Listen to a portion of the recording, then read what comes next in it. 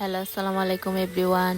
5 টাকার কলমের কালি দিয়ে যদি কোটি টাকার হিসাব করা হয়, পচা পানিতে ফোটা ফুল যদি আমাদের জাতীয় ফুল হয়, আমার বিশ্বাস আমাকে দিয়েও কিছু হবে। সমস্ত কঠিন আর সমস্যার মাঝে লুকিয়ে থাকে সেরা সুযোগটি। এই বয়সে অনেক সফলতার গল্প শুনেছি।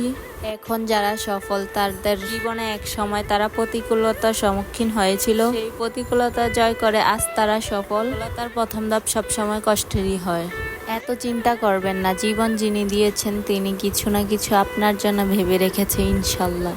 হার মেনো না, আজকের দিনটা হয়তো একটু কঠিন, কালকের দিনটা হয়তো আরো একটু কঠিন হবে, কিন্তু পরের দিন তো নতুন সূর্য উঠবেই অবশ্যই। Welcome to another new blog. সকাল সকাল ঘুম থেকে উঠে ভার্সিটির জন্য রেডি হচ্ছিলাম, কারণ আজকে আমার পরীক্ষা ছিল। সকালে ঘুম থেকে উঠে চিন্তা করি আজকে কি পরে যাব, কিভাবে যাব। তো বাহিরে প্রচুর বৃষ্টি, এই জন্য আমি আজকে বোরকাই চয়েস করেছি। কালো বোরকার সাথে এই হিজাবটা বেশি মানায়, আর সাথে ছাতা তো আমাকে নিতেই হবে এই বৃষ্টির মধ্যে। সকাল সকাল কাজটা শেষ করে আমি বেরিয়ে গেছি। চলুন আজকে আমার ভার্সিটিটা আমার সাথে ঘুরে আসুন। কেরিয়ার নিয়ে এখান থেকে ভাবনা চিন্তা শুরু হয়। আমার বিশ্ববিদ্যালয় জীবন নিয়ে সেইভাবে কখনোই কোনো এক্সপেকটেশন ছিল না। আর যখন ইউনিভার্সিটিতে ভর্তি হয়েছি তখন মনে হয়েছে আমি বড় হয়েছি। যখন ছোট ছিলাম তখন ভাবতাম কখন যে ভার্সিটিতে যাব, তখন মনে হতো যে ভার্সিটিতে অনেক বড় মানুষ পড়ালেখা করে। এই যে আমি কথা বলতে বলতে ভার্সিটিতে চলে আসলাম। এসে দেখি ক্লাসে এত বেশি মানুষ আসে নাই, কারণ বৃষ্টির জন্য 30 মিনিট লেট করে দিয়েছিল পরীক্ষা। এখন আমি লিফট থেকে নেমে যাব, সোজা আমাদের ক্লাসে চলে যাব। ক্লাসে যখন আসি তখন দেখি চারপাশের পরিষ্কার আর পরিষ্কার, তখন মনটা খুব ভালো হয়ে যায়। আর যাওয়ার সময় যা দেখি তা বললামই না। মানুষ এত নোংরা করে কেন আমি বুঝি না। পরিষ্কার থাকলেই তো ভালো লাগে সবকিছু। আর এটা ছিল আমাদের রেগুলার ক্লাসের রুম। এই রুমে আমাদের প্রতিদিন ক্লাস হয়। এটাকে অনেকদিন পর দেখলাম, এই জন্য একটু দেখে গেলাম। দেখুন সবকিছু কি সুন্দর, নিট অ্যান্ড ক্লিন।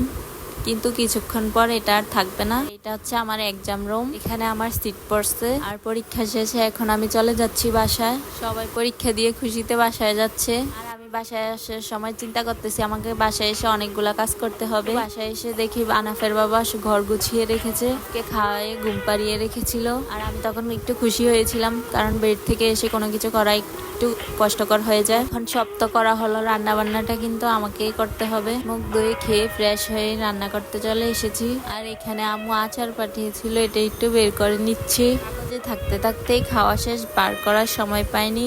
এই আচারটা খুবই মজা হয়েছিল, এই জন্য আমার 2 দিনেই অর্ধেক খাওয়া শেষ। আনাফের বাবাও বলছিল এটা অনেক মজা হয়েছে। আমি ফ্রিজ খুললেই একবার খেয়ে আসি, কারণ আমার এটা খুবই ভালো লাগে। চালতার আচার আমার মনে হয় আচার সবারই পছন্দ, ছেলে মেয়ে আচার খেতে মনে হয় সবাই ভালোবাসে আমার মতো। আচার বানালে 2 সপ্তাহ 3 সপ্তাহের বেশি আচার থাকে না। 5 কেজি দিয়ে করি আর 1 কেজি দিয়ে করি, সাথে সাথে খাওয়া শেষ হয়ে যায়। এখানে টোনার ফিশ রান্না করব। আমার বাসায় মাত্র 2টাই টোনার ফিশ ক্যান আছে। আমি টোনার ফিশগুলো গরুর মাংসের মশলা দিয়েই রান্না করি। আমি যে সময় টোনার রান্না করি না কেন, গরুর মাংসের মশলা দিয়ে রান্না করার চেষ্টা করি, কারণ গরুর মশলা দিয়ে রান্না করলে টোনারটা খেতে ভালো লাগে, না হয় এমনি ভালো লাগে না। রান্নায় যত বেশি কষাবেন তত বেশি মজা। ভালোভাবে মশলা কষিয়ে আমি টোনার ফিশগুলো দিয়ে দিয়েছি। এখানে প্রায় মোটামুটি হয়ে গেছে। একটা আলু গ্রেট করে দিয়েছিলাম, মাত্র 2টা ক্যান ছিল। এই জন্য সবাইকে ধন্যবাদ। পরবর্তী ভিডিও দেখার জন্য আমন্ত্রণ। সবাই ভালো থাকবেন আশা করি। আল্লাহ হাফেজ। আর আমার ভিডিওতে কোনো কিছু খারাপ লেগে থাকলে আমাকে জানাবেন, ইনশাল্লাহ আমি রিপেয়ার করার চেষ্টা করব। আল্লাহ হাফেজ।